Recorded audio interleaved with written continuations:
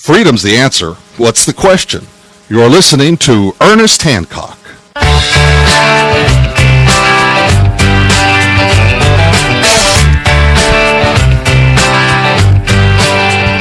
Welcome back to Declare Your Independence with me, Ernest Hancock, and my special guest, Lieutenant Eric Shine, and he's helping us understand what happened since 9/11. There has been, I don't know, a big giant swooping up, both hands taken of jurisdiction of whatever the heck they can do from the Central Command of. That's just, I mean, this whole thing, this whole government, the whole promise, the whole deal that they made with the peoples was they said, you know what? We're going to protect your individual rights from all enemies, foreign, domestic kind of thing. That's what we're going to do. Well, they're the ones taking them away all the time. You know, so, and they want to be able to do it even more. How? You know, where's the nose of the camel getting under the tent? Where is that crack? Where is that fold? Where is the foot in the door? It might be U.S. Coast Guard, man. It was just ready-made for them. So he's going to explain that to us. And the one thing is I'm going, look, I need to know how it is that they are going to put me under jurisdiction of the federal de la whoever. They got a plan. They always got a plan. This continuation of government plan, this regional governor whatever plan. They got some plan. And it's all about continuation of them. Continuation of us, yeah, you know, I don't think they got enough cheese. You know what I mean? So what we're going to do is I'm going to let Lieutenant go ahead and explain to us, you know, where it starts. I mean, is it starting with shrimp boat captains? We got Forrest Gump out there, you know, getting hauled into Central Command Court or whatever. So I'm going to go ahead and allow him to go ahead and explain to us so we can keep the sound quality good on this. Go ahead, Lieutenant. You know, give me what for. Well, real quick was the Department of Homeland Security was originally going to be called the Department of Homeland Defense. And in there, you know, belies the true nature of what the Department of Homeland Security really is or was intended to be, a defense department. They've converted our Department of Defense back into a Department of War or Offense, and to do that, they felt that they needed to create a new Department of Homeland Defense, and they felt that, well, if we call it this, people are going to go, well, why do we need two defense departments? And they would start to question it. So they changed the name to Department of Homeland Security instead, and therein this whole push under the cloud or specter of the war began. And to be very clear, I've been tried in a federal fusion center in Long Beach, California. It's the Glenn Anderson Federal Building. They're calling it now a Federal Fusion Center.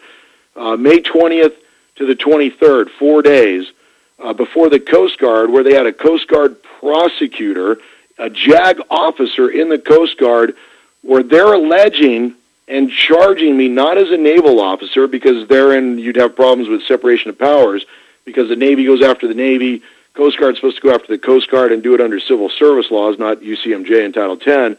Marine Corps goes after the Marine Corps, etc. But herein they're saying that I am a civilian. That means that there is no distance between you and I. And I'm not the only person undergoing this. I'm a Kings Point grad. I'm a naval officer, so I well understand and am well trained in these issues, and I am confronting it myself and continue to front it. They've held me in this tribunal, this military tribunal, for the last 8-9 years, but the Coast Guard has taken other steps over the course in time.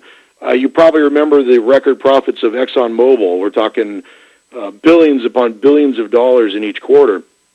Well, from the Exxon Valdez and Joe Hazelwood, the Coast Guard has created what's called the National Driver Registry.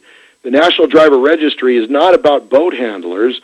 It's about all Department of Motor Vehicles from all the various states and automobile operators. So now the Coast Guard has access to this broad database of basically most, you know, because children or people who can't drive, obviously, are not in this database, except by inclusion of their parents or family members.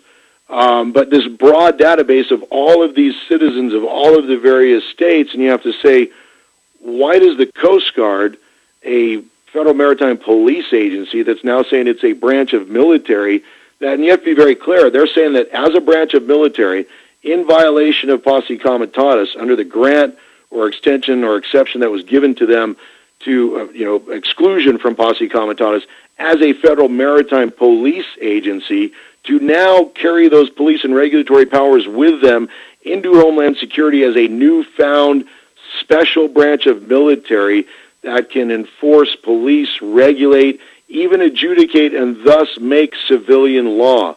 They're saying I'm a civilian in these, and I'll tell you what they charge me with. They charge me with, quote-unquote, being depressed.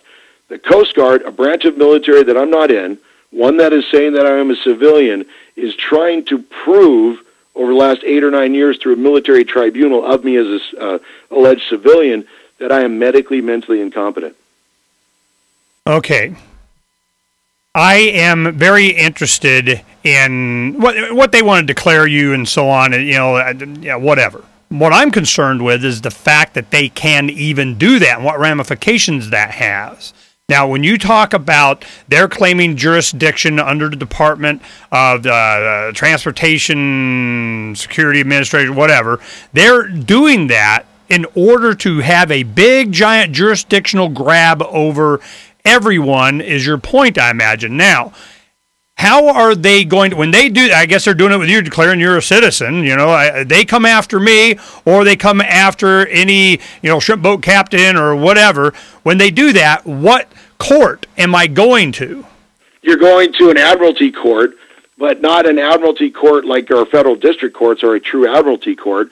Under the Constitution, the federal district courts and even the Supreme Court were given original subject matter jurisdiction over matters arising in admiralty between the states, between our nation and other nation states, etc., because most waters run into problems with shared jurisdiction, and then it becomes a federal matter and even constitutional matter. These courts are being carried out under the UCMJ because all Coast Guard personnel are under Title 10 UCMJ. That's what they operate under. That's what they're bound by. UMCJ stands for what? Uniform Code of Military Justice, sorry. But they're applying Title V, which is the Administrative Procedure Act from 1946-47, that they were placed under for their own personnel, but now they're using that to apply to all Americans. Well, I'm not talking because if you own a boat, if you own a boat, sailboat or powerboat, the Coast Guard now has a program where you can, rather than registering the boat with your state and the state and the fees going to the state for registration of your boat, the Coast Guard has this documentation program in lieu of, to where they started out for free and now they're charging for it, but you can only either register with your state and the money go to your state for docks and waterways and berths and piers, et cetera, things around the water that your fees should go for.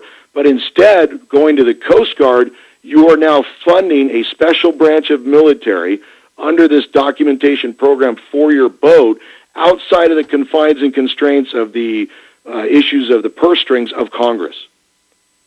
So you have a self-funding mechanism going to a special branch of military that is not being regulated by Congress in any way, shape, or form. Okay, I'm getting a beat on this because they can. I mean, they do this kind of stuff because they can. Okay. Now, I want to know what it is that they can do. What they can do is they can make sure that we have a jurisdiction under them. They can do what they want to us. Well, I would need to know is what do they want to do? What is it that they are doing? Now, I would imagine you're not the only case. What are some other examples of what they're doing and why? Well, there's one case, Dresser, and this is, this goes to waste, fraud, abuse, gross mismanagement, and what's going on in our federal government. But one case is Dresser, and he is a Marine engineer. He's a federal maritime officer of the United States Merchant Marine. They've held him within these tribunals or these proceedings for the last 10 years.